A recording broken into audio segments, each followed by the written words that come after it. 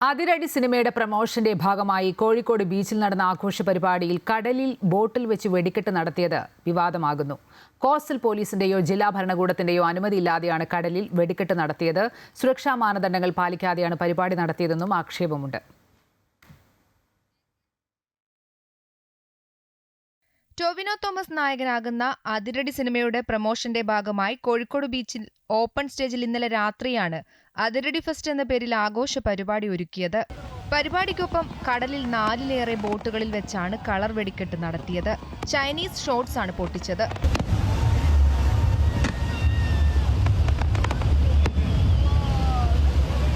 സംഭവം വീഡിയോകളിലൂടെ പുറത്തായതിന് പിന്നാലെയാണ് കടലിൽ വെടിക്കെട്ട് നടത്താൻ ആര് അനുമതി നൽകിയെന്ന ചോദ്യമുയർന്നത്. കടലിൽ വെച്ച് സ്ഫോടന വസ്തുക്കൾ ഉപയോഗിക്കാൻ അനുവാദമില്ല. കോസ്റ്റൽ പോലീസോ ജില്ലാ ഭരണകൂടമോ സംഭവം അറിഞ്ഞിരുന്നില്ല. പെർമിഷൻ നൽകിയതിനെക്കുറിച്ച് മാധ്യമങ്ങൾ ചോദിച്ചപ്പോൾ മാത്രമാണ് പോലീസ് വരെ വിവരം അന്വേഷിച്ചത്.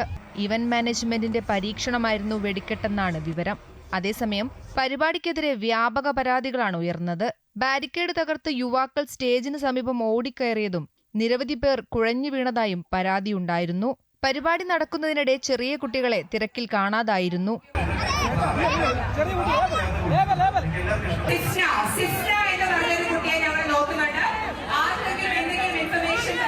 സ്റ്റേജിൽ അനൗൺസ്മെന്റ് നടത്തിയാണ് ഇവരെ കണ്ടെത്തിയത്. അമൃത ന്യൂസ്, കോഴിക്കോട്.